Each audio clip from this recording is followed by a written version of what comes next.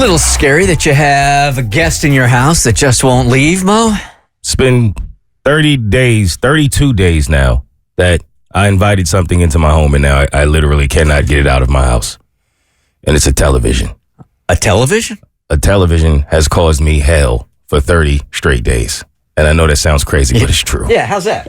So I made the decision to upgrade the televisions in my home, mostly because I went to Best Buy. I'm building a studio for myself, and I needed some things. And I walked past the television section and realized I haven't bought a TV in over 10 years. Okay. I didn't realize that TVs now make it look like you actually are whatever you're watching, you feel like you're there. Seriously, and they're cheaper now also, like these big-ass TVs, right? Super cheap. 70-inchers, 60-inchers for like $200 now. Starts calling your name the minute that you get close to it. So I said, all right, it's time. Let me buckle down and get myself a nice TV. So I get this, I think it's like a 80-something inch TV, right? Get this big guy. I'm super excited That's about like it. the size of the window behind you, the producer's window behind you. It's a little bigger than that. Is that right? Yeah, it's a big TV. How close are you sitting to that thing, man? I'm probably a little too close for my eye health, but I said, hell with it, it's worth it. And as a person who doesn't have a car, how'd you get it home? They delivered it, but that was the problem. That's where the first problem starts. So I mount this TV myself, right? I don't like to ask for help, and I did ask my guy for help, but he started coming, his shoulder hurts. He started making all kind of other excuses. I said, I'm gonna do this myself. So it takes me hours to mount this television, right? I finally get the mount on. I get the TV right in front of it. And at first I was trying to have my lady help me out, but I saw the strain on her face. It looked like it was hurting her back. I was like, forget it. I got it. So I get the TV on there. By the time it almost falls. It comes very close to falling. I catch it. I get it on there. It looks perfect. It's like once it's finally up, because at first I was like, I made a mistake. This TV's way too big. It's as big as my apartment. It's the dumbest thing I ever did. But when I finally get it up. It's funny how you can have, and maybe this is just a dude thing when it comes to TVs especially, because there's no such thing in our minds as a TV that's too big. And when you're there at Target or Best Buy or whatever, and I don't know if you went through the same internal fight, you look at the 55-incher, and then you start rationalizing in your mind, well, God, I can get another 10 inches for only $25. So then you go to 65, and then you're like, it's looking at a 75-incher, and you're like, for only another $50, I can get 80 inches? It's funny you say that, because I told my lady, this feels like when you get popcorn at the movies, right? It's like for 10 more cents, you can have, that's what happened with the TV. Yeah. So I was supposed to get a 65. That goes to show you how I kept climbing. So I get it up on the wall. The remote is ready. I sit down on the couch. I got my beer ready. I'm super excited. Television is broke. No. No. It's completely broken. I mean, you can see the scratch on it from side to side. It won't play. I can hear it, but I can't see the picture. So now I have to have them come pick up this television because, like Kristen mentioned, I don't have a car to take the TV back. So they're supposed to come pick up the TV and then bring a replacement TV. They bring the replacement TV, but they don't take the other TV. They was like, nah, we didn't get that part of the assignment. We were supposed to drop something off. So I'm like, what am I supposed to do with two 80-inch TVs in this apartment, man? They're like, I don't know. It's not our problem. So I try to have the other TV picked up now. 5 times I asked them to come pick this television up. They don't come. They say they called me. They never call me. So it's 1 week after the other week after the other week. And every week that goes by, they tell me it's going to be another 4 or 5 days. So I put it out in the hallway. The building is like, hey, you can't keep that TV in the hallway. You keep it out there long enough, someone's going to take it. It's broke. They can have it, right? So I'm like, I can't keep it in the hallway. So now I got to have the TV in my apartment. I can't get around my apartment with this TV. I'm telling you, it's the same size. The TV in my apartment is the same exact size. So the TV is in there. I keep calling them. They're like, okay, we realize this is the 4th time that someone said they're going to come pick the TV up. That's on us. We'll give you $45. I'm like, at this point, why you don't round up to 50? With $45, you could buy a 100-inch TV, man. Go out and get the new one, man. They give me $45. Then the last thing that happens, they tell me, I tell you what, just take it downstairs, right? And if you take it downstairs, we'll just refund you your money. Forget about it. So I do that. I take an 86-inch television by myself all the way downstairs to the other part of the apartment. I read the email wrong. They said to do that if I was getting it replaced. No. Not if I was getting it picked up. You got to bring it back up? I had to bring it back up, man. Oh, nemesis. I don't even want this TV anymore at this point. I want them to come get both of these damn TVs. It's fun when there's drama in your neighborhood when it doesn't include you. I mean, that is the one place you should be able to drive up. You see your driveway. That is your comfort spot, your safe spot, right?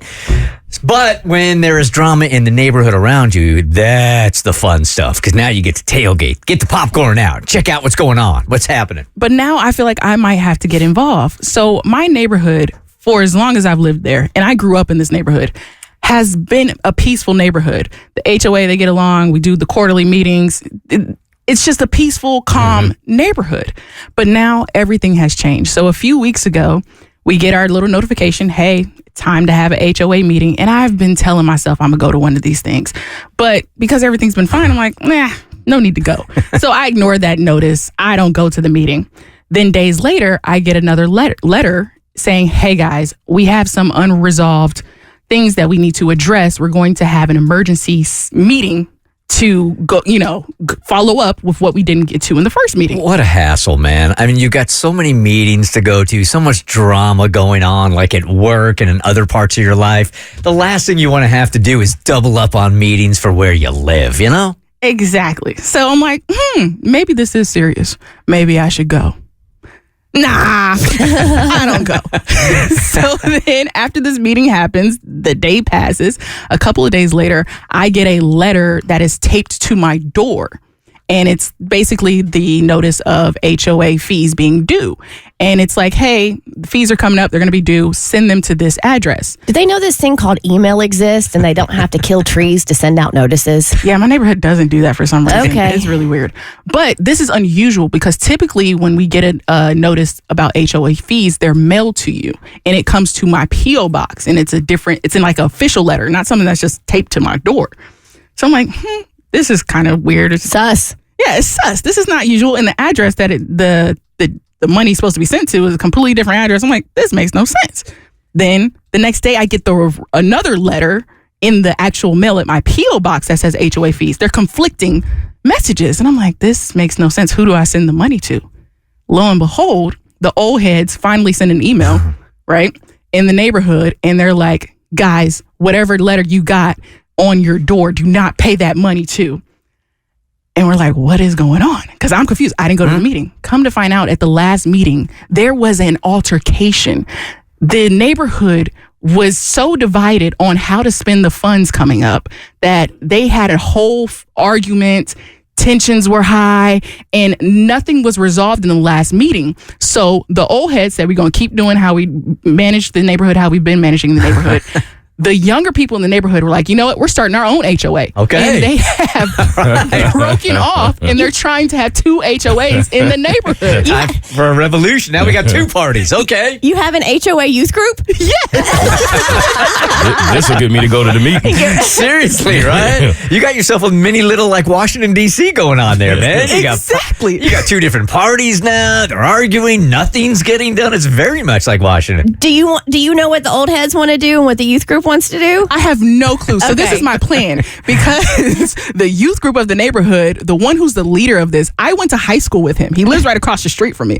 I want to go over to him and be like, hey, dude, like, what's going on here? Absolutely. Like, tell me what's up. And I'm not paying dues until y'all figure this out. You have got to get the tea, Katie. Oh, I'm on a mission now. If they want to raise money in the neighborhood, start charging tickets to go to that thing. It sounds like it's the most entertaining thing going on in the neighborhood. Exactly. It's time for Abby to make some cuts, man. There's only so many people that she can invite to her party, and someone's got to go. It's the hottest ticket in town this weekend. If you go out to Hollywood, whoever's throwing ragers out there, Kendrick Lamar, Drake, whatever, those are the parties you want to go to. Super Bowl parties. That's not a hot ticket. It's a hot ticket, but that's on Sunday. But this Saturday, right here in Atlanta, local niche internet micro celebrity Abby Murphy is having a baby shower for her kitten. And this is the party that everybody wants to go to. Really? Just by a show of hands in here, who wants to go to the party? Well, there are two people with invitations in here already, so I would hope that they would say yes. All right, so 2 of the 7 or 8 people. Listen, so that's you not guys necessarily everybody. You guys just know you're not getting invited. You know you're not getting invited. I know you're just doing it to make yourself feel better. You're missing out on all the frivolity. Now listen, she lives 10 minutes from me. Yeah. Now she lived where Tommy lives in Powder Springs. I had to drive an hour. I would not be going. But I can drive 10 minutes for a cute little kitten sip and see. Yeah, and I just want to add that I too live probably the same distance that Kristen does, and I absolutely have nothing planned on Saturday and still don't want to go. I do live around where Tommy lives, and I would love to come and see your kitten. Thank you. As she should. I don't know how far I live. I'm just not. I just don't want to go. You live the closest to her out of all of us. I probably could walk. So it doesn't sound like a hot ticket. It sounds like a lukewarm ticket. Listen, you guys are just haters because everybody in the back rooms has been like, Abby, we want to come to your sip and see. We heard there was going to be free, high quality alcohol that you purchased from the local liquor store down the street and little sweet treats from the local bakery. And there's going to be animals and lots of hot girls because my friends are hot. How do we get a ticket? I think you're completely misunderstanding the conversations we've been having back there. I've heard them very clearly, Jackson. Everybody wants to come. No, Mikey and I are here trying to explain why we don't want to go to the party. I'm not going to a cat party. I'm sorry. There is something being lost in translation here somewhere, man. It's not what I heard. No, so Mikey and I decided to, in lieu of having to go to this party, are going to pitch a gift that we want to give to Abby instead of us having to go to the dumb cat party. I did not see it going this way, okay? But is Abby your friend? Yeah. Is Abby your friend? I don't know. She's inviting me to a cat party. But don't you? Clearly she's not if she's invited them to a cat party. No, she is not. That's what I'm saying. You support your friends in their endeavors, even if that includes a kitten sip and see. That's why we're getting the gift. Yeah. Right? All right. Yep. Would you rather have a gift or their attendance, Abby? I would love the best present would be their presence, Kristen. Abby, you know my presence is a nuisance, and you'd much rather have a gift from me. So we were originally coming in here and you were going to make a cut on who could go and who couldn't. These guys came in here with a different agenda telling you why they shouldn't go. Exactly. Okay. And then we were going to pitch our gift ideas. Then you guys, whoever's gift was better, doesn't have to go to the party. Yeah, whoever brings a good gift doesn't have to go to the party. Okay, it's a real plot twist here. Okay. All right, are we all on board? Does this make sense? Yes. Perfect. 1000%. Okay, so here's my Shark Tank pitch as for my product as to how I can get out of going to this party on Saturday. Okay, Sharks, good morning.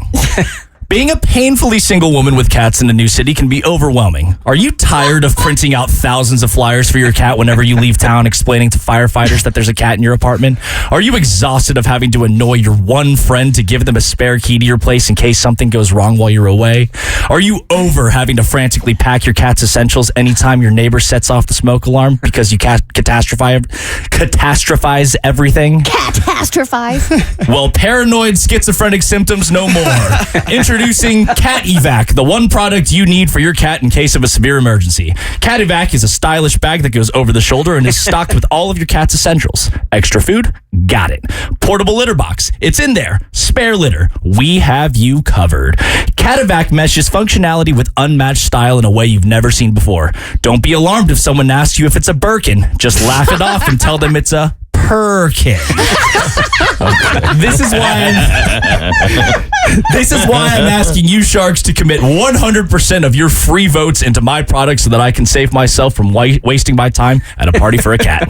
Well done. Wow. Well done. So- That's solid. Is that a real item you can purchase, or are you creating this? I totally made that up. I Googled it. It's real. Oh, it is? Yeah, they have cat emergency kits that come with cat litter in a cat box. There you go. Okay. Wow, that's solid, man. But that's what you're going to get her if you don't have to go. Exactly. So we can only choose one of your gifts, and whom we do not choose, that is who is stuck going to the party? Yes. Okay. All right. All right, strong start. Mikey, what you got? Well, sharks. Whale sharks. I kinda assumed Jackson would come up with something good. I couldn't really think of anything, so I assume I'm going to the cat party. But instead, I'll tell you what I'm bringing. Oh. A dog. I'm bringing Two dogs. I'm bringing muddy boots. I'm bringing a pack of dogs. My drunk uncle. despair, a backpack full of sand, some gardening tools I have to clean, my new harmonica, my extremely fragile Fabergé egg collection, a couple of packs of backwoods, Abby's ex-boyfriend, pink eye, my sleep apnea machine, a random girl who can only talk about how happy she is with her new man and how he is the one, bad vibes, someone who listens to emo underground SoundCloud rappers because they're deep, a cow, my Bob Wills and his Texas Playboys cassette, but it only plays Ida Red, debt, a bottle of wine with a broken cork inside, hot flashes, spam emails, a convict, but the bad kind. The bad kind? The bad kind. A leaky milkshake, a guy who only talks on speakerphone, the letter H, which is the worst letter, the number 119, which is the worst number. Okay. Thieves. On top of the convict. A plague, a strip screw, someone who says gracias at Mexican restaurants,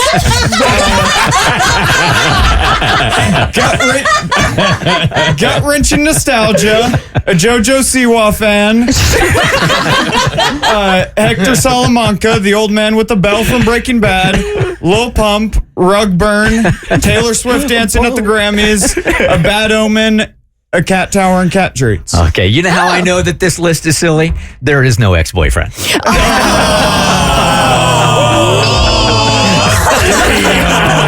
That rug burn just got deeper. He said 43 things, man. Wow, all right. So am I invited? Do you want to make the decision rather than the Sharks? Sharks, I think this is your decision to make. Because all I hear is that I'm either getting a really sick cat backpack or Taylor Swift in my apartment. Who are you going with, Kristen? Well, since I will be in attendance this Saturday, the person who is going is Mikey. Mikey's going, okay. I'll get packed up. Who you got, Cass? I'm going to go with Mikey. Mikey. He seems more into it. Okay. Yeah, I think deep down Mikey actually wants to go out. Yeah, I'm going with Mikey. Yeah, I'm going to go with Mikey also. I am fairly certain he is totally and completely free. I did. I'll get you some Miller Lite. It'll be great. Okay, cool. I got right. you some things too. Well done. Well done. Enjoy the party. I'll have fun. All right. You guys did a good enough job where you have earned a plug of your podcast. Tell them about it. Hey, we've got a podcast that posts every Monday. We're called The Personality Hires. It's a little bit of silly conversations that we have. Think about your coworkers who you would rather hang out with on the side, and we're there for you whenever you need it. The water cooler talk that you kind of miss if you're working from home. That's us. Good stuff, guys. All right, let's get our intern Sadie up here because she is learning a lesson in radio that we all learned a long time ago, especially when you do this kind of show. Now, if you've listened for any amount of time to the Bert Show, you know it's a little bit different than most morning shows now. We're very vulnerable with you guys. We try to keep it as real as we can. We got drama in our life, so we share it with you guys. That also is collateral damage for our family because if something's going on, generally speaking, we are bringing it to the table. But that can create a lot of tension in the family. Yeah, my family's been super supportive since I started this internship. You know, I send them every little link to the podcast. They all listen. They send back in the group chat, oh, so fun, so cute. But we do, first Sunday of every month, we've been doing family dinners at my grandparents' house. And it's a really good time. Like, we all get together, we kind of catch up, and then we book it for the next month. So we're here last weekend, and I can hear some talking in the other room. I'm not involved in it. And I'm hearing some words being thrown around that might be some good content for the show. I'm hearing my aunt talk about her hemorrhoids. She's going to kill me for saying that. You got your content antenna up. I did. Yep. My other aunt's showing us screenshots from her Hinge. Okay. So she's on the dating market. Go, Auntie. So I walk in, and they all just kind of stop talking. And they just look at me, and I'm looking at them, and they're looking at me. I'm like, y'all, what were we talking about? Tell me what's going on. They're like, well, no, we don't really want to do that. I'm like, what's going on? Tell me what you were talking about. I heard you guys talking about hemorrhoids. What are you talking about? And they're like, well, we're kind of worried we're kind of scared to talk around you now that you have this internship and you're going to air all of our dirty laundry on the radio. And you're like, no, I would never. Auntie, I'd never talk about your hemorrhoids on the radio. Why would I do such a thing? Yeah, she's going to kill me for that one. But they're scared to talk around me now. They completely pivot on the subject when I walk in the room, and I'm like, this might be good blackmail, actually. Well, you've kind of proven their point, intern Sadie. It's a nice safety net to have, right? Oh, yeah. Eventually, what's coming, and I think we've all been here also, is that when they start talking to you, they'll stop in mid-sentence and go, by the way, Yep. this is not for the radio. Yep. All right, but they haven't learned that lesson yet. They start the conversation with me with that before we even start talking. Yeah, I don't think they expected the amount of stories I would be open to telling on air. And now that I'm like, I don't care. I don't have to see any of these people. They're a little scared. They're a little worried. And I think I need to start using it as like blackmail for real. They'll know as soon as you walk in a room. I think we've all had tension with family members, or I've lost friends over things that I've said on the radio, which makes me a really good radio personality, but also very lonely. I learned over the years, I do have a line. Like, if it happened to me, like I was a part of the active story and I have a perspective on it because I'm involved, then I feel like I'm entitled to be able to share my perspective on what happened to me. If it happened to somebody else, then there does feel like a level of exploitation there. So I make sure that I ask them, hey, I want to talk about this. If you want me to change names, protect the innocent, and I'll get their blessing. I'll get their content blessing. But there has been times when I've talked about stuff and I've immediately got the text message, lost a friend for a bit, even though it was a situation where I was involved and I was just sharing my side of the story. It did not go over well. I've also had interactions with family. So certain things are off the table now to, protect family and protect my, my sanity. But those are fun little lessons you learn as you move through the radio world. I will tell you this. I was at sort of a business meeting last night as we're trying to start the ball rolling on maybe a Bert's Big Adventure gala. And just at a business meeting, somebody that I was talking to at the meeting who listens to the show for a long amount of time has said, again, in mid-sentence, as she was talking to me about something outside of business, by the way, this isn't for the radio. So it'll happen over and over and over again. I think you got to try to find a balance because that's what worked for me. In the beginning, I lost friends. I had family members be mad at me, all that good stuff. But then after a while, I started to have a better filter on what to tell and what not to tell. And you got to balance it with stories that actually make people look good sometimes, because then they'll come to you and be like, I got a story for the radio. Good call. Is this happening? Yeah, this is happening in your family as well. This happened to my friends. This happened to my family, because I think it's hard because you're learning where your line is, but you also have to learn where the people in your lives' lines are. Because some people, I have a lot of friends that are have very personal things going on in their lives, and I'll be very nervous to be like, hey, can I tell that on the radio? And they're like, sure, go for it, girl. And then you'll bring up something innocuous about somebody else, and they see it as this huge slight to them. So it's one of those tough things. But for me, I have learned that it has shown the difference between whether I'd rather be feared and loved, because now people fear me, and I love that way more. That's a good Bert. All right, coming up in a couple of minutes here, the Super Bowl is right around the corner, right? But maybe you don't care about Patrick Mahomes. You don't care about the Eagles, but you're going to be stuck watching the game. Kristen feels the same way. So Mo every day has been coming in here and giving her one little nugget to convince her to care about the Super Bowl. I still don't even know what network it's airing on. It's that bad. Fox. Oh, is it? I think. I don't even know. I'm pretty sure. I know. Xfinity will tell me when the time is right. But I don't know right now. I don't know either. Some of you guys don't care about the Super Bowl at all. Some of you are going to be stuck at a party this weekend and you don't know anything about football and you have nothing to cheer for or cheer against also. Kristen feels the same way walking into Sunday, and we have tasked Mo the opportunity to come in here and convince her to care about the Super Bowl this weekend. And my work is cut out for me, but I'm doing my best. This is now day 3 of trying to get Kristen and people who may not care about the Super Bowl to care. So I started off with trying to pull at the heartstrings with talking about Philly and how Philly is playing for their fans. And some of just because Philly fans are just known to be very crazy and they are very passionate and they care about their teams. And it would be great for Philly fans to have this opportunity. Yesterday, I talked about Saquon Barkley, where you weren't here for that, but Saquon Barkley has a journey that is, he was going to quit football in high school. That's where his journey started. He only continued because a coach believed in him, and he is one of the kindest guys you would ever meet. That's the story about him, and he is now playing in the Super Bowl. So day 3, after pulling at the heartstrings, I'm going to try to pull at your pockets.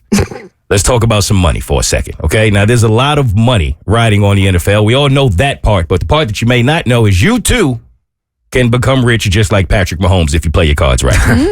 Oh, really? Just Yes, you like can. Patrick Mahomes? Just like that. And all you have to know is what color Gatorade will be poured. Now, let me explain, right? If we talk about money, based off of the money of the Super Bowl, just so you know, players on the winning team of the Super Bowl get $171,000 bonuses from the NFL. I don't know if you knew that. The losers get $96,000.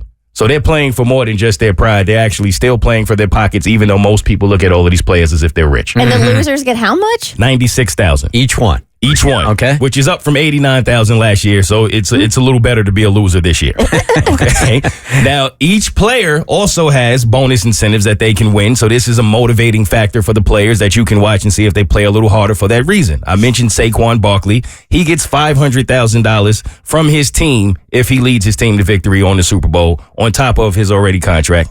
He's already earned $1 million in incentives this year and $250,000 from them winning in the NFC Championship. Now, Jalen Hurts, the opposite of Patrick Mahomes, he gets $500,000, a salary bump as well, if he wins. So every player is getting a bit of a bump. Patrick Mahomes himself gets $1.5 million bump. So you want me to watch so I can watch the rich get richer? No, I don't. Okay. I want you to become a part of the rich getting richer. Right? okay. That's where I'm going. Now, while they have to go out there and sacrifice their bodies, they got to play this game that a lot of people end up injured from. Yep. They got to risk it all. You do not. I got 4 bets right here that y'all can make yourselves and watch the game. And if you get them right, because it's a lot of high on the line, you could win big money. The first one is which color liquid will be poured on the winning coach after it's all said and done. So these are the prop bets. You can pick lime, you can pick green, you can pick yellow. Is it lime and green the same thing? Apparently not. There's a lime green, and then there's a dark green, and then there's a yellow. And then you can win up to $250,000 if you play your cards right on that bet. No. Stop. 250. How much do I have to bet to get $250,000 in return? Well, you got to get all 4 of these right. This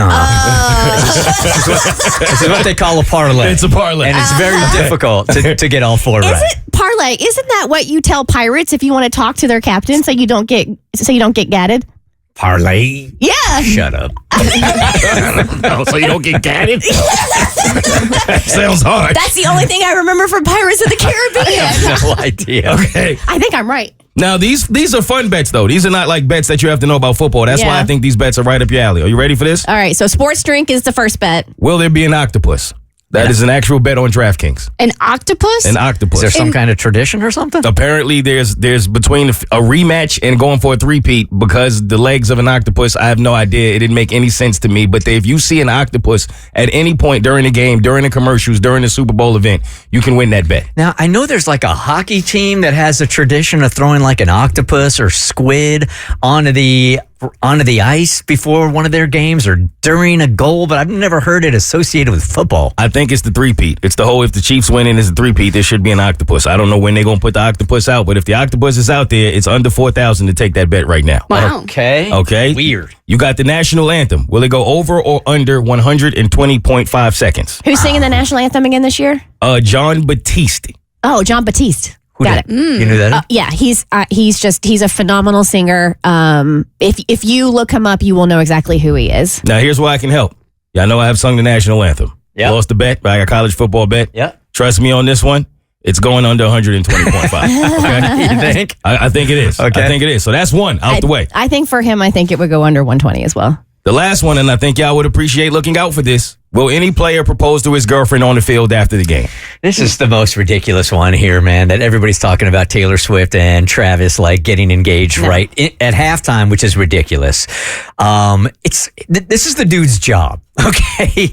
He's not going to propose in the middle of the game. No. And after the game, we talked about this yesterday with Abby. I just don't think that this is the kind of thing that this couple wants. No, I just think it kind of cheapens the experience for, two people who have a relationship that's totally outside of football. It's totally outside of her being a pop star. So I know everybody likes the idea of seeing them on Fox or wherever it's being broadcasted and him getting down on one knee and he's got a ring and there's confetti and now she's got a ring. But I just do not see billionaire superstar capitalist Barbie Taylor Swift accepting a proposal on the field. I don't see Travis Kelce doing it, but if anyone does it, you could win.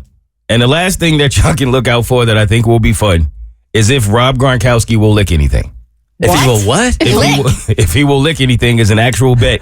Because of the Roman numerals in the Super Bowl this year, if you spell it out, because it's LIX, it reads licks. So it's the first time that it's been Super Bowl licks. And Rob Gronkowski has said that he's going to turn Super Bowl licks into a thing, so you can literally bet on if we will see Rob Gronkowski lick something during the Super Bowl or the commercial. Abby, really quick, LIX, what number is that? That is 52.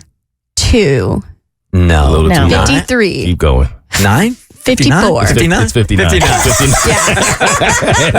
I knew that. 59. I swore to myself because I've been dabbling in like low bets this year on football games and did really well this year. Like I'm hitting at like 70%, which is really, really great. But I promised myself I'm not betting on the Super Bowl, man. First of all, it's only a 1.5 point spread. Going to be too close.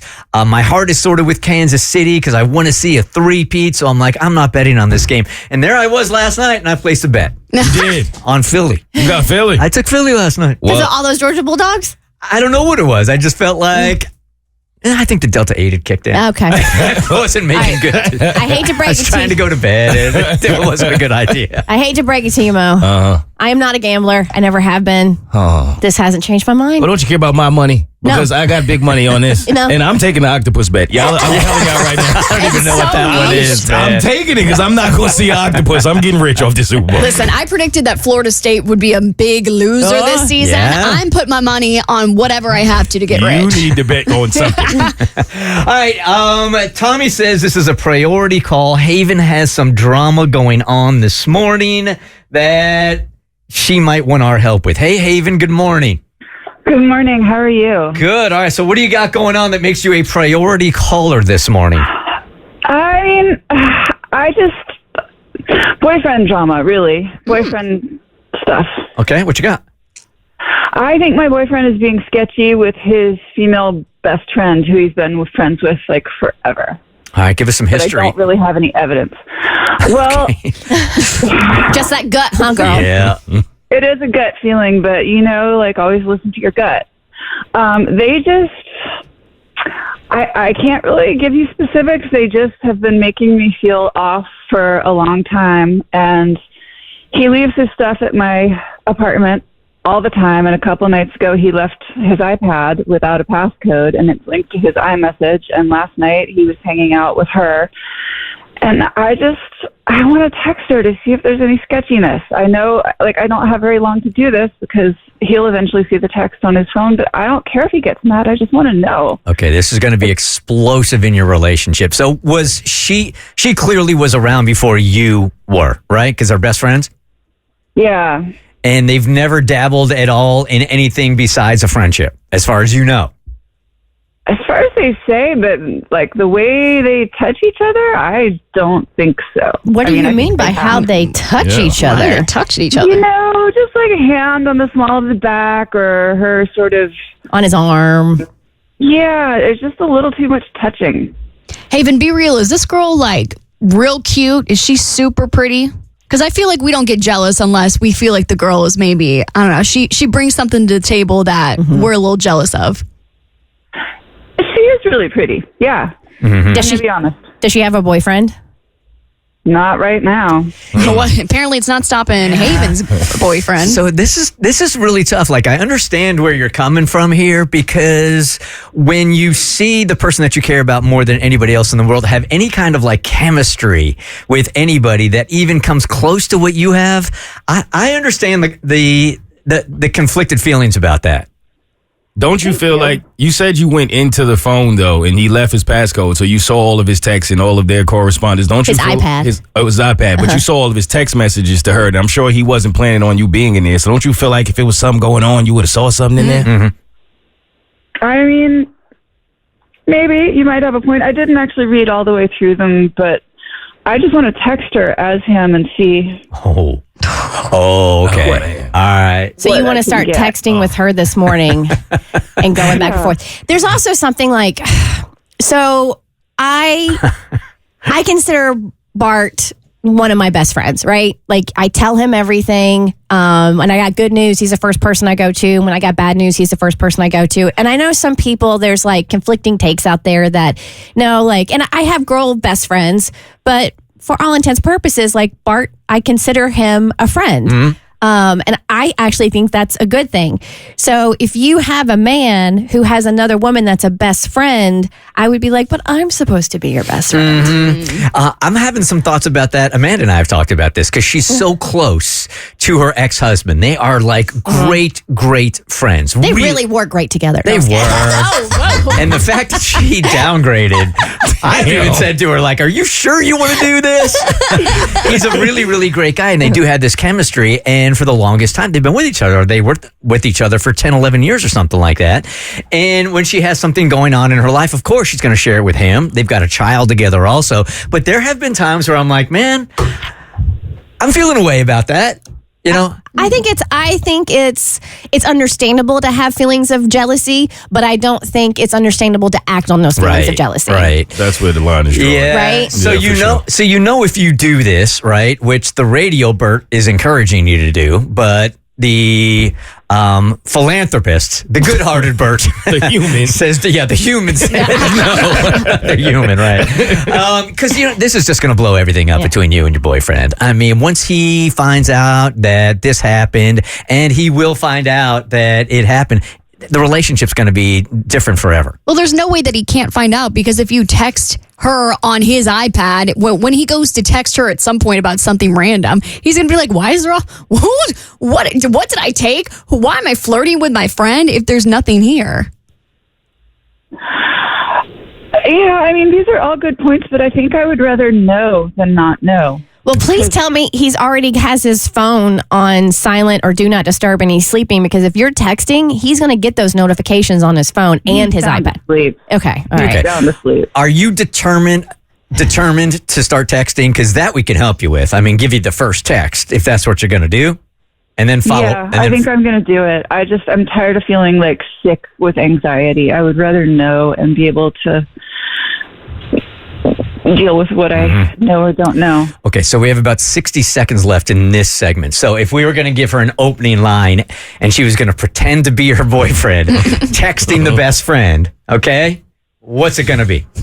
You up? Question mark. I would look through the text and see how he normally and starts the conversation with her. Yeah, how does he normally start? That's a good question.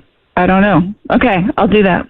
All right, so you're going to go back over the messages. I hate that I just helped. Now you're an accomplice. Right. Go over some of the text messages. If we're going to go in with you on this, let's go in with you. Go over the text messages, see his tone, what he normally says when he first texts her, and use that line just to make her really feel like this is the guy. Yeah, I can't believe I'm doing this. See what I'm saying? I think listen, from somebody who has stepped into psycho on numerous occasions, who's a part of Kappa Cray Cray, we need to take your advice and we need to go like, I think I'm going to come clean to Haven and let her respond and see how she responds. Ooh, so that's the first thing she say. I think I'm going to come clean to Haven. Because if she says come clean about what, then you know you're good. But if she goes something like, are you sure now is the time? Ding, ding, ding, ding, ding. That's damn good. Kristen, brilliant. I'm just going to go ahead and leave right now. Bye. All right, hit us back after you send that text and you get a response, okay? Okay. All right, so Haven is on hold and she is ready to tell us about the text that she just sent. For those of you that are just hanging out this morning, Abby, you want to tell us who Haven is and why we have been waiting for her to hit us back. So Haven hit us up and she's like, listen, I think my boyfriend and his best gal pal, they've got something going on. My spidey senses are tingling. This girl, she's super cute and I can't prove it, but I just feel like something's going on.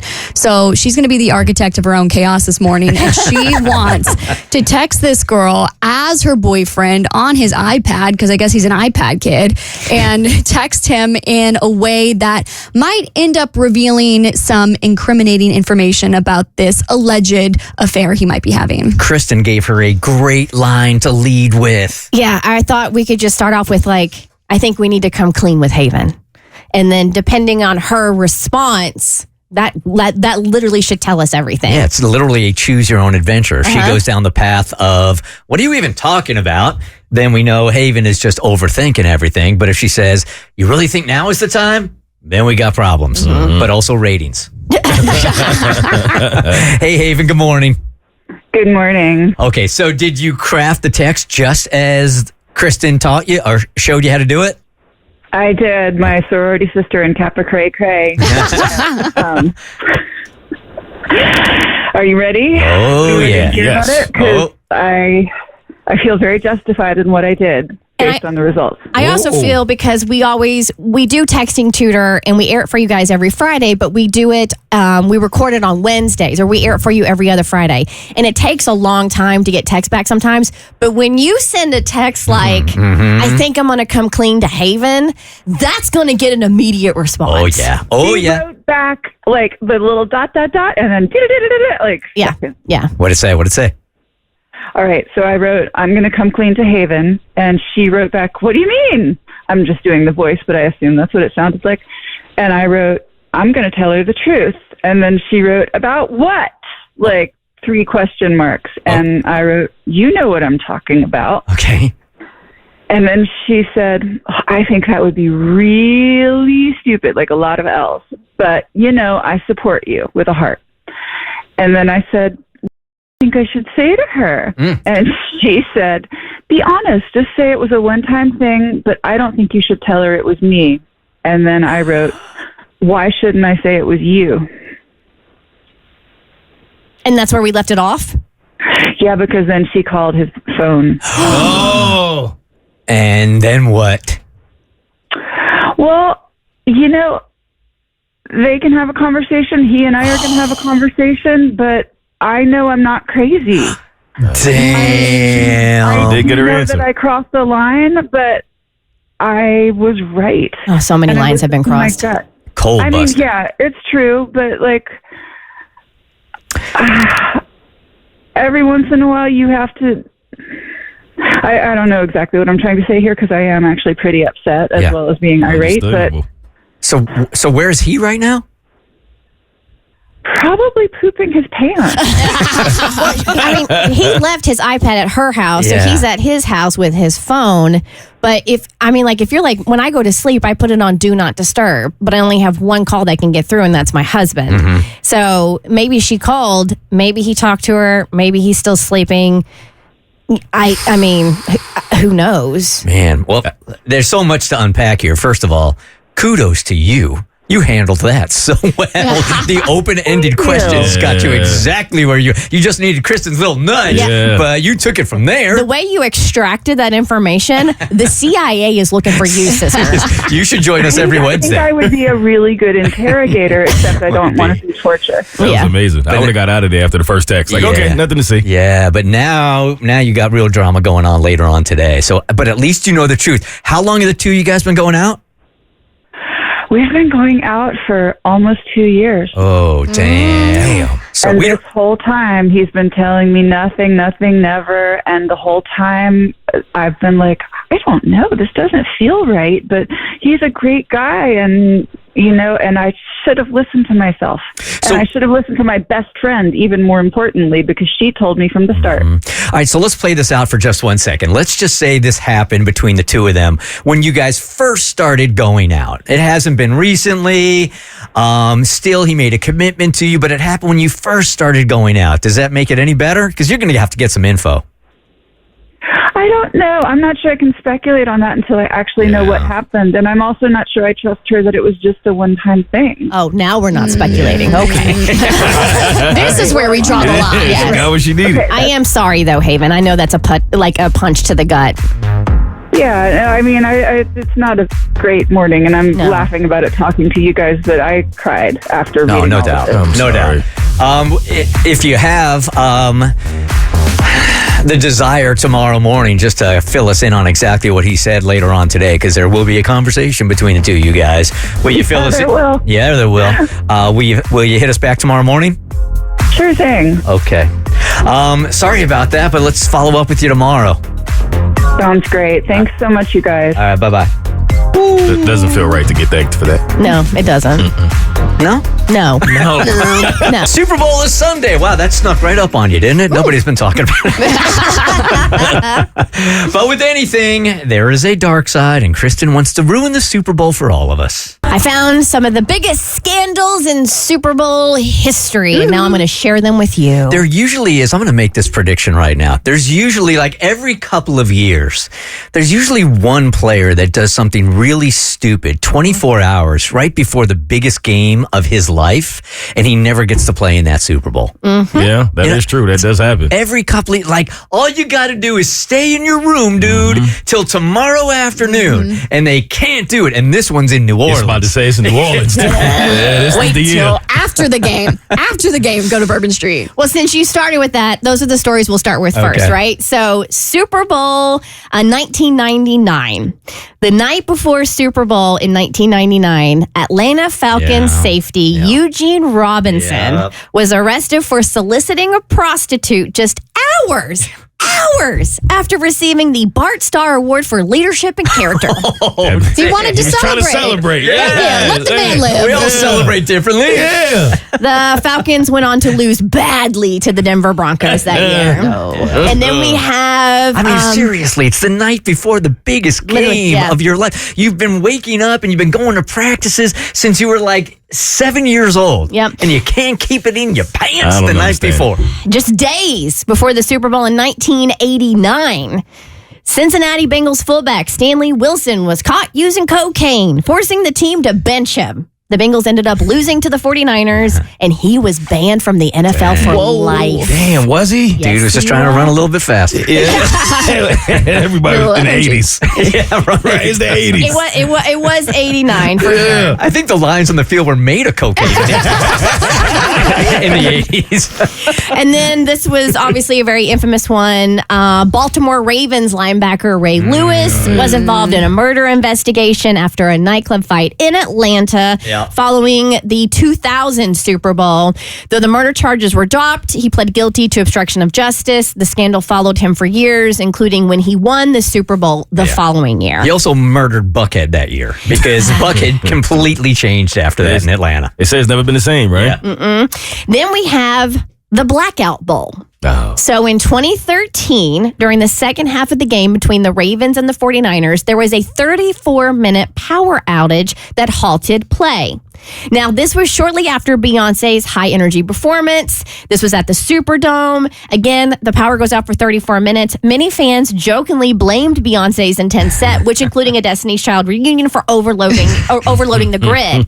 But then there were others who had a conspiracy theory that this was an intentional ploy to give the 49ers, who were losing, a chance to recover. I mean, football is a game of momentum, so that was a pretty big deal when it happened. Do I remember this correctly, that there was a Super Bowl in Atlanta where the electricity went out also? Do I have that wrong? There might have been. I remember that. I don't have that, though. We do have the streaker who bet on himself in Super Bowl 2021 in Tampa, Florida. So, Of course it happened in Tampa. a Florida man ran onto the field wearing a pink thong-style leotard during the fourth quarter. He later claimed he placed a $50,000 bet on a prop bet that a streaker would appear, hoping to win a six-figure payout. So he bets on the streaker, thus becoming the streaker. He was arrested for trespassing, and sportsbooks ultimately didn't pay out due to suspicion of fraud. Oh, he didn't get the money. All right, let me ask you guys this question. not Or get the Mo, let money. me ask you this question, okay? What would the offer have to be on the table for you to agree to run out onto the field at the Super Bowl in nothing but a thong? And you can't say no amount of money. I'd do it for $20 million. 20 million? Yeah. I'd do it for $20 million. You wouldn't do it for Y'all 10? wouldn't do it? I would do it for $5 I was going to say, that's really high. For 5 million? Yes, I I do don't it know for what that 20. says about me. I'd do it for $5 I million. gotta aim higher. I mean, would I do it? For 10 million. For 10 million. I'd do it for $10 million. Okay. I'd do it. You wouldn't? For 10 million? Yes. I was thinking like 100,000. The bar is low. Listen, where the economy is, right? 10 million? Yeah, give me 50,000, man. And I guarantee you're more of a show than I am. All right, we're going to go ahead and end on this one, but I have so many more that I'm going to save for later in the week because these were plentiful. So there was the guy who got stuck in the bathroom at the Super Bowl in Tampa in 2009. So a fan became so drunk during the Super Bowl between the Steelers and the Cardinals that he accidentally locked himself in a stadium bathroom. He spent several hours in the bathroom after the game, unable to get out, and had to be rescued by stadium security.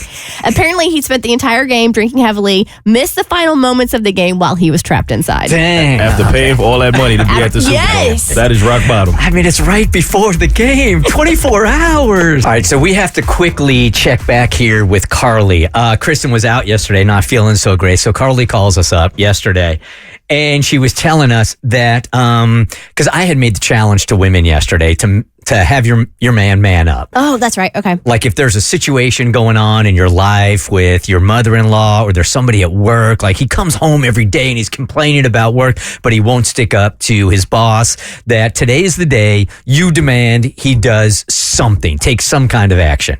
And I called it Man Up Day. And she was saying, Carly was telling us yesterday that this had everything to do with her mother-in-law. Hey, Carly. Hi. Hey, just really quickly, because Kristen wasn't here yesterday. What's the problem with the mother-in-law and how she's disrespected you? Yeah, so just for about 5 years at this point, my mother-in-law has just been so disrespectful, just especially with my parenting, with our son. She's just always oh, you don't know what you're doing. And she's just always making these rude comments. And she's doing it in front of my husband. And he's just sitting there and not sticking up for me. Okay, so yesterday when you were done with us, you were going to go to your husband. You're going to go, dude, man up today. All right, you got to stick up for me and the family. So did you do that? And how did he take it? And did he do any action at all on it?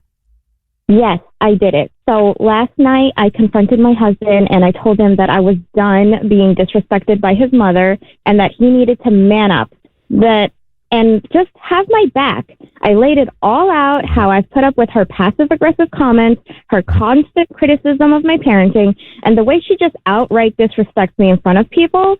And most importantly, I told him that his silence was just as bad as her words. Ooh. You told him. Good on you. Okay. And that's the truth, Carly. You're literally just speaking your truth. Yes, exactly. At first, he did what he always does and tried to downplay it. Oh, that's just how she is, or she didn't mean anything by it. But I wasn't having it. I told him straight up, if you don't stand up for me, you're telling her it's okay to treat me this way. And I will not spend the rest of my life being humiliated while my own husband stays silent. Good for you. Dude, I feel the empowerment in the phone. I can tell she's been holding that in for a while. Yes. Okay, so did he do anything with that? Well, I told him, I'm like, you're gonna FaceTime your mother right now in front of me and tell her that this stops today. At first, he tried to stall. He was like, can we talk about this later? No. Maybe I should do it in person? No. So he was just making excuses, always avoiding confrontation, and I wasn't letting him do it this time. So I grabbed his phone, opened FaceTime, and handed it to him. I'm like, call her now. Okay. Web. Keep going. So, well, she answered, and she was all smiles. I could tell, my husband was hesitating. I could see him, start to cave in. So I folded my arms and just stared at him. This is a hostage situation at this point, right? It is. So he took a deep breath and finally said, Mom, we need to talk. She immediately became concerned, oh no, what's wrong? And then he did it. He told her, you've been disrespecting my wife for years and I should have spoken up a long time ago. It stops now.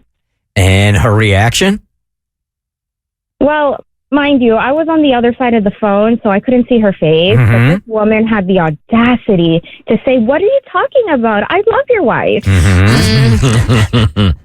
And? Thankfully, he didn't let her gaslight her way out of it. Yeah. So he was like, Mom, you constantly criticize her parenting. You put her down in front of people. You make jokes that aren't funny. And I've let it happen, but I'm done with that. And now how'd she try to spin that? Well, she said, oh, so she put you up to this? Of course she did. Here we go. Yep. And? But he shut it down. He was like, no, I put myself up to this because I realized I've been failing as a husband and I won't let you talk about her like this anymore. Okay. That's the Good one for right him. there. Yeah, he stepped up. Now, there's no way, at this point, she has to, understand that he means business.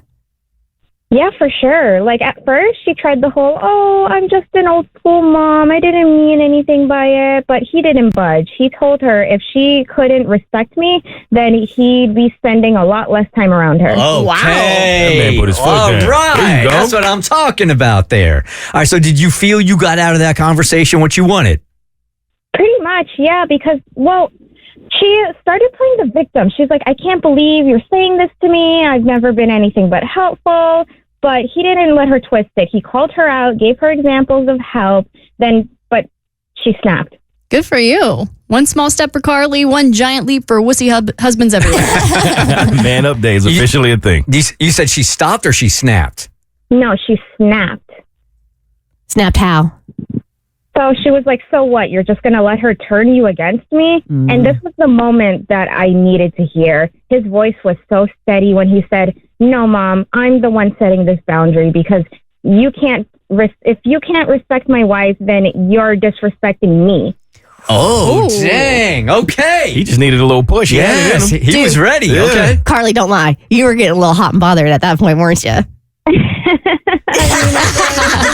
Like, what do you know about us? When your man sticks up for you like that, that is a major turn on. I mean, I think you deserve special favors after Absolutely. that, A for couple sure. of Yeah. Well, good for you. So you think this is going to change things? Yeah, for sure. Like love it. the way he stood up for me, it was awesome. All right, good. Use this as an example, man. So you guys get off the phone, and then what was it like between the two of you after the conversation ended with her? Well, when he hung up, I just sat there in shock. He set his phone down, he took a deep breath, and he looked over at me. And it was the first time in 5 years I saw it. He finally chose me.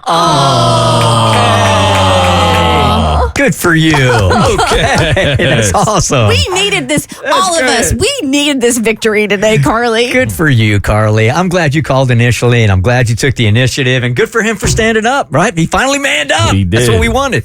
Thanks, Carly. You know what's taking a toll on me? Life. This guy. Jackson. This guy. Ruining everything. That one you did about Honey a couple of weeks ago, the app that is supposed to be saving you money, really jacked me up, man. I know. I mean, that's what I'm here for. I'm here to deliver. And here he goes again. Today it's about engagement rings and diamonds, and Jackson ruins everything. Jackson ruins everything. Jackson ruins everything. Jackson ruins everything. Why do you have to ruin everything, Jackson? Before we get into me ruining engagement rings and diamonds, there's one thing that I need to ruin first. Okay. Okay? Double ruin today. You're going all in. Burn the village, baby. It's a double ruin, and I'm going to ruin that audio stager that just played right there. Okay. Okay? You hate it. I don't love it. Okay. I don't love it, okay? And I think this is a product of my ego getting in the way of me being too comfortable here now and kind of, pulling a bit of a diva move here. Yeah. And the first time that I heard it, I'm not going to lie, I was a tiny bit disappointed, if I may say. Okay. Okay? And because of that, I was like, man, I wonder if there's a way that we can, get around this. I don't want to be rude to the hardworking people who created this. The child that voiced it. The child that voiced it. That's really what's bothering you, right? It's the child that voiced it. Maybe. No offense, Kaylee, but she don't have a voice for it. that's part of it. And so I was like, instead of just asking for a way to get around it, I thought, why not just make one ourselves? Okay. All right, let's see what you got. And so I tasked.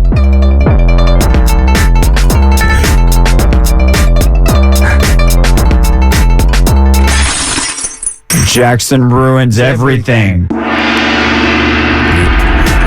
We have 2 theme songs.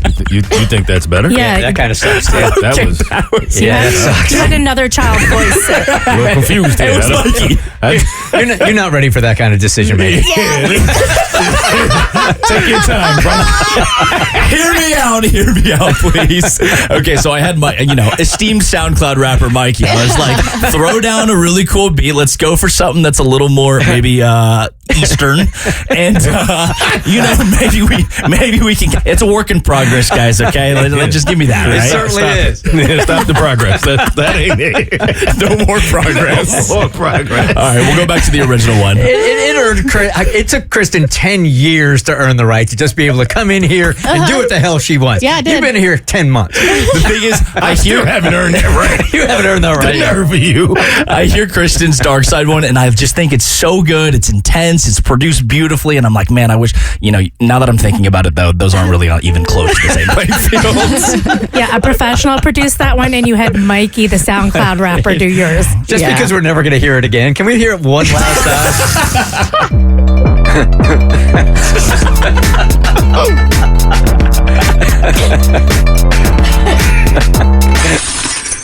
Jackson ruins everything. Oh, wow.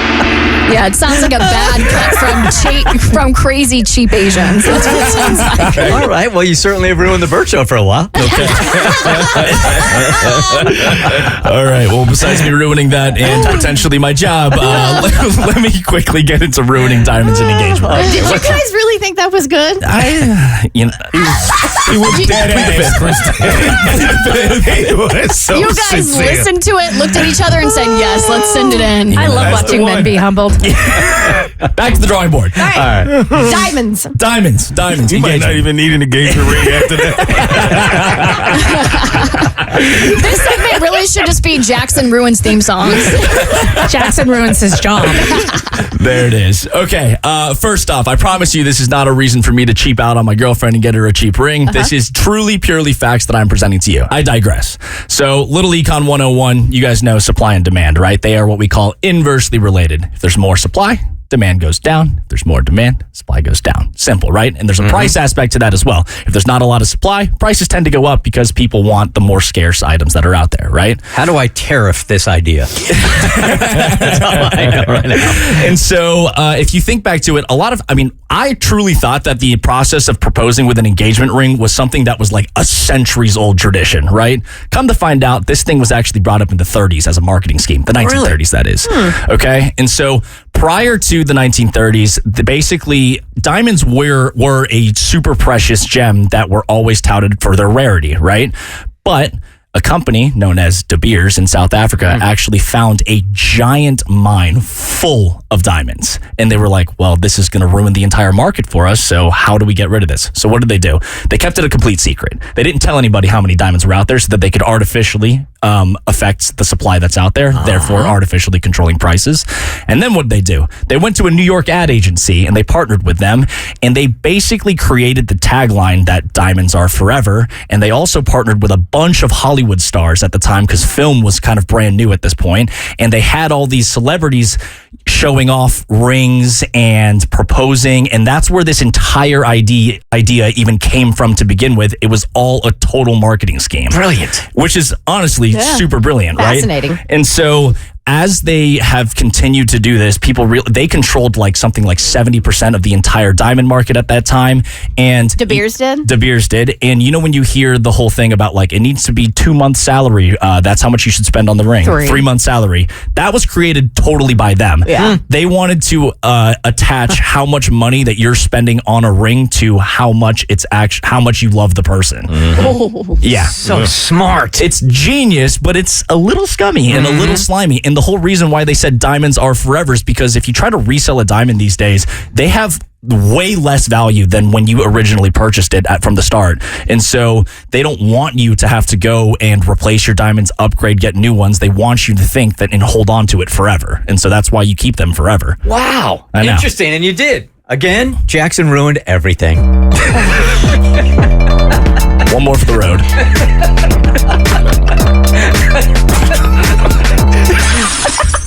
Jackson ruins everything. I think we should make him keep it. I do. We should absolutely make him keep it now. I think maybe so. Put it all on the line for the Super Bowl or not. Is there anybody listening right now that's got like a major bet this weekend on the Super Bowl? Husband maybe, wife maybe, somebody you know has just put down a bet where you're like, are you kidding me? 1-855-BERTCHA.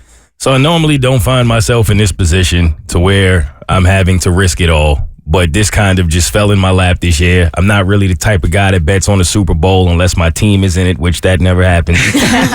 So there's usually nothing for me to bet on. When was the last time the Cowboys were in the Super Bowl? Oh my God. 30 some years ago. Dang. So pretty much my whole life at this point. But You were a baby. I think I was 9 the last time the Cowboys were in the Super Bowl. And I remember it like it was yesterday. And I'm going to have to remember that for the rest of my life. We're just betting like Mike and Ike's and ring pops back in the day. Exactly. So this year, I kind of got lucky. And I started this league with my uncle. And my uncle had like 50 people in this league. And it was like a March Madness bracket style tournament for the NFL, if you will. And I ended up becoming one of the top 2 guys, and now it's 2 of us left because of the way that we panned out the playoffs. And so I had this decision to make, which is a big decision because the pot equals up to $5,000 if you win it all. So normally my pride and my ego is always all in. If we're going to do it, let's do it. Until the guy came to me and he said, listen, about a week ago, he said, I think we can make a deal here. Now, the way that it all panned out, I would need the Chiefs to win because that's who I initially picked to win it all. Mm-hmm. He picked the Eagles to win it all because both of our teams made it to the Super Bowl, respectively. We are the only 2 teams left that are still in it. Now, I don't really care who wins, to be honest. It doesn't really matter to me. I would like to see the history, but I also wouldn't be mad if Philly found a way to stop it from happening. The history most talking about is if Kansas City wins this year, they'll be the first team in the NFL ever to win back-to-back Super Bowls, 3 in a row. Which is incredible. Obviously, no one has ever done it. It's difficult to do. Now, where it gets tricky is he came to me and he said, how about we split it? Instead of waiting on who's going to win or who's not going to win, what if we just call it even, run it down the middle? We get 25 apiece, and then we just call it a day. And again, the buy-in was how much? The buy-in was only $50. $50. So it's still a good day in the office if you turn 50 into 2,500, right? But I know myself, and I would be so mad if I took that 25 and the Chiefs win. But I also would be really mad if I don't, right? And the Chiefs lose. And again, if you don't know anything about this game, this is going to be a really close one. At least that's what they're saying. The point spread on it is like 1 or 1.5 points means that most people are predicting it's going to be a super close game. There is no clear-cut winner here. At all. And that's what makes it so hard is I'm not leaning one way or the other. So I came in, I asked you guys, what would you do? And I really took the entire week to think about it. Now, it's funny because all of the DMs and phone calls that I got, seemingly from everyone who either listens or who supports me, they all said, take the split. That's what everybody said. Like, it was overwhelming. Everybody was like, take the split. It's the smart thing to do. That's what I would have done, I think. How about you guys? I think I said the same thing when you brought it up the first time. I can't remember. I think you did. I can't remember either. I'm taking the split because, I mean, it's a guaranteed $2,500. You paid $50 to get in the pot, so you're winning no matter what as long as you get the guaranteed payout. It's a guaranteed payout. That was where my mindset was at. Take the split. Somebody even gave me the idea to say, listen, how about if I take it, then I'll take 3 and you take 2 since you're offering it to me. And I did offer that to the guy to see if he would go. He was like, no, I'm not doing that. We either splitting it down the middle or we competing. So literally, as I was sitting there and I was like, all right, everybody's saying take the split, do the smart thing, Mo. Do the smart thing. I get a text from my grandmother, who I listen to probably more than anybody else. And the text simply said, we don't do it small in this family. Okay, Grandma. Grandma texted me and said, go big or go home, big risk, big reward. You better put it all on the line. And so I put it all on the line. You did. I basically got 5,000 on the Chiefs. That's where I'm at with it. That's crazy. Dang, that's a lot of money, man. Yeah, I know, but something told me if my grandmother reached out and gave me that energy, that was the universe's way to pulling me to do it. So I went against what I thought was the smart play, and I've decided to go all in. And I told you earlier this morning, I bet on the Eagles. I heard you say that. You bet on the Eagles. Yeah, so we got our own little Super Bowl going in here. Good for you, man. We'll see what happens. Good for you. It'll change the game of the way you're looking at this game. Absolutely. You're watching it. Oh, yeah, I'm old Patrick Mahomes now. Is it also going to change the way you look at your grandma for this? If Jalen Hurts finds a way to play football, yes, it will. Yes, it will. Hopefully, she'll give me the money. So Kristen was telling a story a couple of days ago, which makes me want to ask you guys, like, what did you do at work, or what did an employee do at the place that you're working at, either now or another place, that they messed up so badly that you can't believe they kept their job? There's no way they should have kept their job. 1-855-BERT show. And the reason why I was thinking was that the one that you told the other day about hockey. Yeah, so there's actually been 2 instances in my life where I should have been fired. For whatever reason, I wasn't. The first was the one I told you guys about a couple days ago. I was working for a minor league hockey team. It was guys' night. I was working with the video production team. We were coming up with guy-oriented videos to play on the Jumbotron during the downtime of the game. And we had that infamous scene from Fast Times at Ridgemont High where Phoebe Cates is coming out of the pool in her red bikini, and she opens up her bikini top because it's like a fantasy sequence in Judge Reinhold's mind. And we put the Middle War hockey logos over her tatas, and I'm like, this is amazing.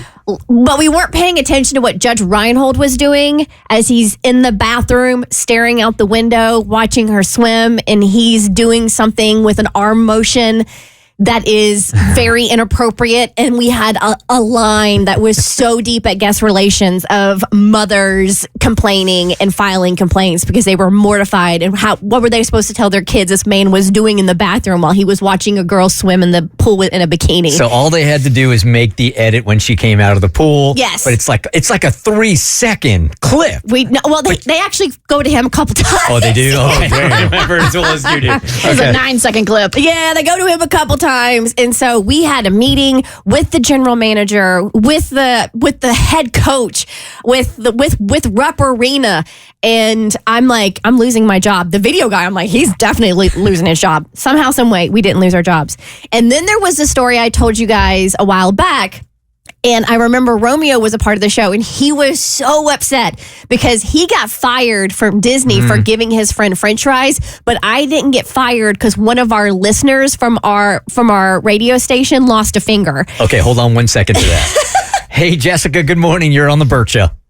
Good morning. How you guys doing? Good. Kristen's about to tell us how a dude didn't lose his job but lost a finger. Well, I used to work at the jail where in the county that I live in, and back then it used to be a 287G, which is an immigration thing. Mm-hmm. So we got this guy who was an actual criminal. He was selling drugs. Oh, he was a bad guy, right? And he had an ICE hold. And we're not supposed to release him until ICE let him go. So somehow this girl, she was brand new, messed up his paperwork, and she released him. And it took him like almost a month to find him back because he was trying to go to another state. Where they finally got him back, and she did not got fired at all. I don't know what she did or who she was doing with. Yeah, I feel like if you release the wrong person from jail, that's a fireable offense. And like a hard criminal also. Good point. Thanks for calling. Yes. That's insane. All right, so the finger. So how I didn't lose my job after this, I have no idea, but we were at Oktoberfest in Cincinnati. I was working at the rock station, and we were doing bobbing for bratwurst for bobbleheads. So we had this giant like metal tub filled with water, and there were sausages that were floating, but like the bratwurst sunk. So you had to go all the way down, grab a bratwurst, bring it out. And if you did, you got this little frog bobblehead because this frog was our mascot for the station, right? So this guy gets up, takes a hold of the table underneath like this. He's going down. The table collapses. No. And when the table collapses, he comes up and he goes like this. Oh, my God. The table had severed half of his index finger off.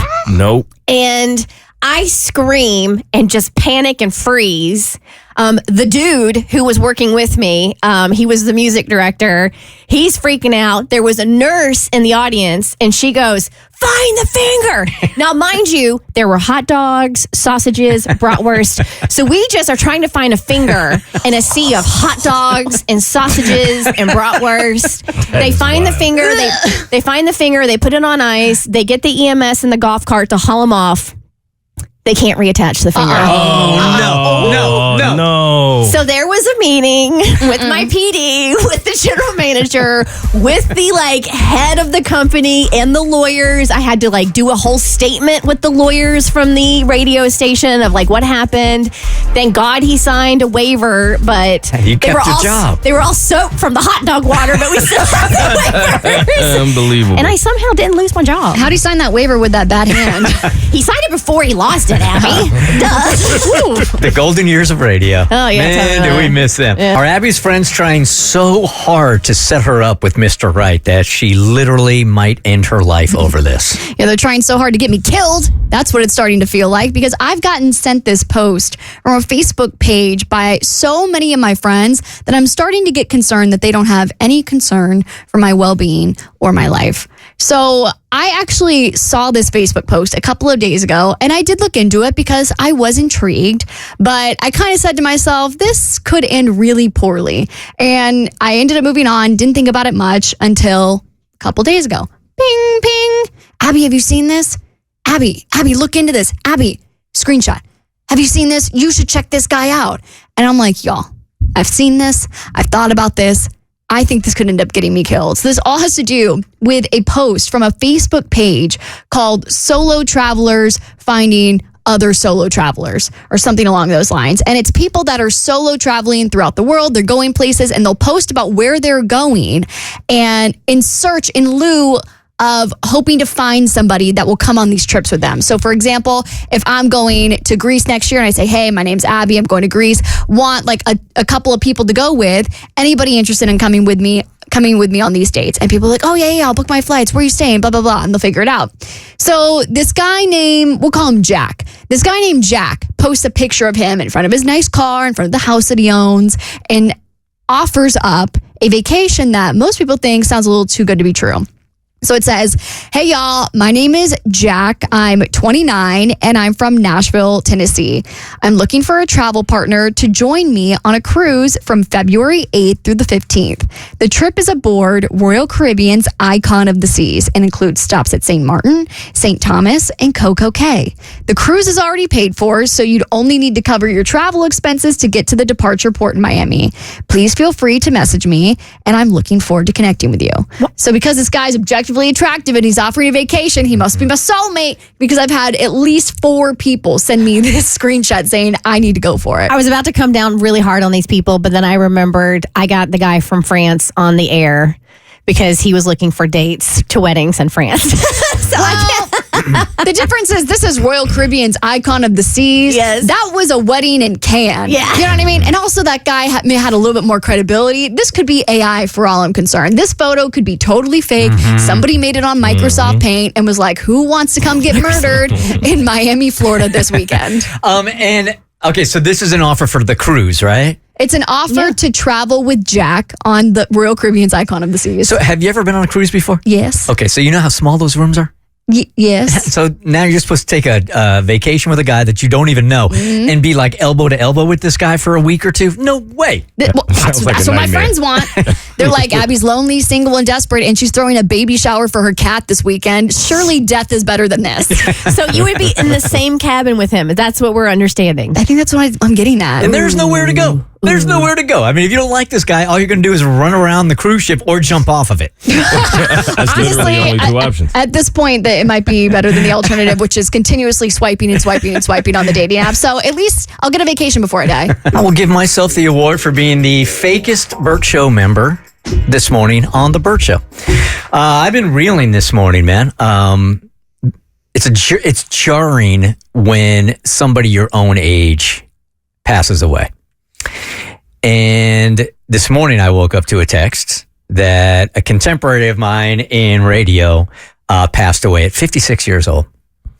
And we weren't close like the last decade, but the history that he and I have together is there's a bunch of shows that all came into this industry at the very same time. Back in the day, there were big shows in morning radio that we really looked up to, us younger guys. They were like Kid Craddock, who ended up being my mentor. He passed away also.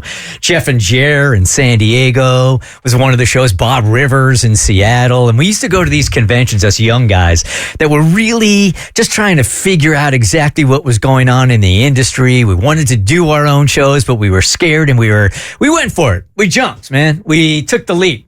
And there were shows like, it was me, it was Dwyer and Michaels, it was John, Jay, and Rich, who are out in Arizona. They're still doing their thing. My friend Kevin Ralston is in West Palm. JB and Sandy was in Austin. And there was Ace and TJ out of Charlotte. And when I met these guys, Ace and TJ, I believe they were in maybe Mississippi at the time and had worked their way in to Charlotte. And for about a decade, maybe 12 years, we were all super, super tight. We had all started in the industry at the exact same time. We would lean on each other when we went out to conventions. It was all of us. We were just getting hammered together.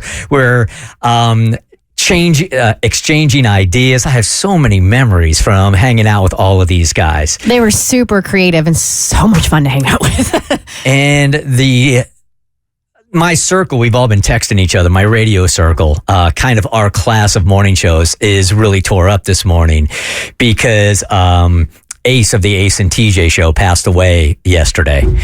And we've all known that he's been on the struggle bus for a long time. A lot of stuff going on in his personal life. But it's just really jarring when you see a contemporary of yours, somebody that at least we used to be very, very close, pass away like that. It just really makes you... It reminds you that this isn't forever, man. Mm-mm. It's not. And all of us have been texting each other this morning. Like, it's so weird that we all have been so close and our journeys and our careers started at the exact same time. And we were all part of the foundation of what inevitably all of those shows that I just mentioned were very successful for a time. Most of them are still together, doing really, really well. And the building blocks of us learning together and coming up through this industry, we have a lot of really great memories together. And this is the first in our quote unquote class that has passed away. Sorry to hear that. Yeah, I really just want to send sympathies out to his family and to his kids. Yeah. Because I couldn't even begin to fathom. I have many a fond memory hanging out with Ace and TJ at morning show boot camps. When I first got into the radio fold almost 20 years ago, Bob and the Showgram was also a big name, and he was very well respected among that crew.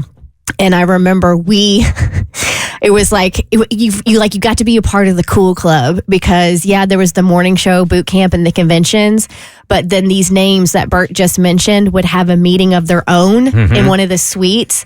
And so all of these like radio morning show big hitters like Bert just named off, and to be in a room with them and see how their mind works and to share their creativity was just really, really awesome to be a part of. And that was Ace and TJ. Like they were they were so funny and so creative. They pushed the envelope.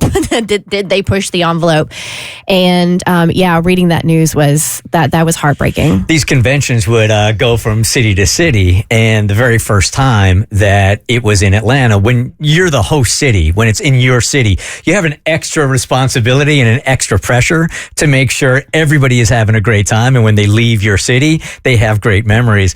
And I remember taking Ace and TJ out one night. I think we were with Kevin Ralston also, and this was a little bit more in my wild days, and we were going from bar to bar and strip club to strip club, and man, it must have been 1:32 in the morning, and we were not done, but Ace was done. Right? Calls himself. There were no Ubers back then. It was taxis back then. And I just remember pouring him in the back seat of a taxi. And the last thing I saw, we're screaming at him, "You okay, dude? You okay?" We can't see him because he's laying down. And his hand just comes up with his thumb up from the back seat. Like, I'm going to be okay, man. So I've been a little bit sidetracked this morning in that it makes you take a look at your own mortality also, man. I mean, these are guys that are my age.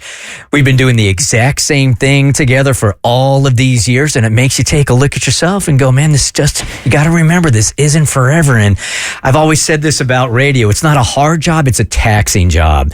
And if you're not, which most are, if you're not taking care of yourself physically and mentally along the way, man, you're really doing yourself a disservice, because at the end of the day, it's just your career. You know? It was jarring to hear, for sure, and it shakes you to your core, and it really makes you look at things differently. Mm-hmm. Loss is loss. It always hurts, but it is something that hits a little different, like that mirror, so to speak. It's a little different when you lose somebody your age, whatever age you are, and yeah, I think it does cause you to kind of look at your life, take a deeper look, and be a little more grateful for every day that you have. Yeah, and it's a good reminder that, man, you just got to remember that this really does it happens in seasons, and I think sometimes that we can get so caught up in the bad season that we're in, you forget that at some point or another it's going to be a better season. You know, they say that this too shall pass, the good stuff, the bad stuff, it all passes.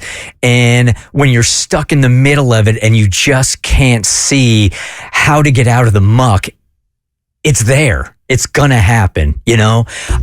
But you take a look at your life and all of the years that you're on this planet, we're taking ourselves so seriously in our careers, and our problems seem like they're so big, and they're just not. And it inevitably ends. And sometimes it takes the death of a friend or somebody that's your own age to realize, like, if it was all going to end tomorrow and you knew that, how would you change your life today? You know? Really bringing the funny today, aren't you, sir? Not on this one. I know. A lot of ways. When you really think about it, we all say live every day like it's your last, but do we really? No, we don't. No. We never do. I'd say if the solo trip isn't grandfathered in before you get married, it's a tough ask. And I think Kaylee's going back. Well, I mean, I didn't ask. Well, I did the first time I went on a solo trip, but it wasn't completely solo. I was meeting a bunch of dudes in Alaska, and I was hopping on these modified jet skis, and I was traveling 550 miles in 5 or 6 days. Sounds amazing. It was absolutely the most epic thing I've ever done. And there your wife is back at home, though, with the kids. 3 kids and I working. don't know if did I have 3 at the time? Maybe, I don't remember. 2? Well, 2, 3. At least 2, maybe at 3. minimum 2, maybe a third, maybe a newborn. I don't remember. But when you do make an ask like that, I mean, it is putting a lot more stress and pressure on your significant other. Of course. And you guys got through it, and you had a great time, and you're thinking about a second. Yes, I haven't told her yet, but she'll probably have some text messages. So this is my kind of way of gently planting this seed that I'm interested. Yes, sir. Now, curious, before we talk about the possibility of this second trip, has she taken one? To go where? Anywhere? Left you with the kids for a week or whatever? I don't know that she's done, but she could. All she'd have to say is, hey, I want to go do this. And I'll be like, bye. Okay. So just not her thing. Well, it's just nothing's happened. I guess she's been pulled to go in a direction for a week with her friends. But if she wanted to. Does she feel like she can? Those are 2 different things. That's a great question, Kristen. I don't know if she does, but she should, because I don't put limitations on. It's not that you put limitations on her. I'm saying, does she think she can? Yes, because there might be some things that fall through the cracks while she's gone. You're saying that I couldn't handle such a... I think Kristen is just asking, like, I don't know. Is she 100% sure that when she comes back, all 3 children will still be breathing? I think she would probably feel safe in that way, but also, my work, she's been doing mornings with our children since they arrived into this world. Same with my husband. And I'm not there in the mornings. Mm-hmm. So that would take some planning in order to execute. I would probably have to bring in some outside help. What is she doing right now? Why are we doing this? Why don't we just get her on an Well, why do we want to do that? We don't need to involve her. She's really good. I wanted to just drop it. I wanted this to be the seed planting, okay? I got you. I have never heard anyone in real time go. I don't know. I don't know how she feels. You'd have to ask her. That's what I'm trying to do. That's what he's trying to do. Well, I don't know what she's doing right now. Okay, well, call her, Tommy. Tommy, will you give her a call? We can Go make ahead. So where do you want to go this time? Oh, look at the regret. I can tell you the number. I want to go back to Alaska, and I'm going to go on a different leg of this adventure. Of your ski-doo trip? It's a modified jet ski. Don't try to make it. Don't try to minimize the coolness by. Oh, you're going to be riding around on a sea-doo. No, it's one of those inflatable bananas. Hey, don't knock the banana. The banana is awesome. Okay, like if you see me riding on a banana, you know I'm having a good day. Save that. Yeah, that's what she said. All right, so you haven't brought this up to her yet. So what is because you came in here to say what's the best approach? Well, yeah, but now that's out the door, right? Because It's out the door, it's out the window, it's out everywhere because she's on the line. Yeah, let's hear what this sounds like. Hey, Aaron. Hi, guys. Hi. You've been listening to the show this morning? You know what? No, it's funny. I'm sitting here with 3 of my coworkers, and I'm training right now. So this is going to be interesting. Okay. Do you have 60 seconds? This shouldn't take very long. I mean, no. Hey, babe. Do I have 60 seconds? That's longer than most things that happen in my day. So when you ask the question, why do we need to call your wife? That's the reason. Oh, that's okay. I'm just going to keep my mouth shut in my response to that statement. But anyway. Let me ask my first question to her, and then we can go with your ask. Okay. So, Aaron, if you wanted, like what Kaylee did a couple years ago on his Sea-Doo adventure, if you wanted to, have you ever wanted to go away for a week? Would you want to go away for a week? Do you feel like you could, as the mother of 3 children, and trust your husband and father of your children to go away for a week and know everything will be taken care of? Yes. Okay. I do. Yep. Then I'm curious that it's just not your thing, like traveling with the girls away from the family is just not something that that interests you. I do, but I haven't been provided the opportunity. Well, have you So asked? if someone asks, I will run. Well, what about if you just wanted to go somewhere by yourself? Say you found like a spa retreat and just to have a week to do whatever you wanted to do. Ooh. Game on. Okay. Let's go. All right. So Yep. that's going to make this a little bit easier. Well, great. I'm glad you feel that way, Aaron, because I would love to go back to Alaska and ride on a Sea-Doo, if it makes it any. Inflatable banana. Inflatable banana. Yeah, Kaylee's thinking about doing it I'm again. not going to guarantee that there's not going to be another animal or something when you get home. Well played. Damn, that was good. That's leverage, baby. I mean, see, like, that's just messed up. Like, I just don't even need any more. I come home and I'm just, Look, it's a negotiation. You want something, she wants something. At the end of the day, though, you'd be okay with him making this trip again. Yeah, absolutely. All right, Bert, now I got a request from you, buddy. When is all this supposed to go down? Oh, Alaska 2.0. Saturday. Yeah, this Sunday I leave. I got my plane ticket. No, September. Okay. Yeah. So what was your fear? I mean, Well, I just didn't know because, I don't know. That seemed really easy. Yeah. Like, I don't understand what you were Okay, so well, worried this about. is okay. Wait till I get home. Maybe it won't be that easy. All right. Got it. I do. One request is that you make sure your life insurance policy is updated before you go. That's fair. That's fair. Hey, babe, I'm riding on a banana. What's the worst thing that can happen? I don't want to know. She was so agreeable for you to leave Yeah. that might be concerning. I feel like she's been waiting for you to ask this. She's already booked the trip for you. Oh, All right, Aaron. Thanks for your All right, have a time. good day. sorry to Appreciate interrupt it. your meeting. All right, see you. All right, dude. So You're a lucky dude, you're man. good, man. Yeah. You're good. You're Yeah. solid, bro. Blessed. Hashtag blessed. Now we all got to take bets on what kind of new animal will be at the house when Kaylee is on his Alaska trip. The Bert Show.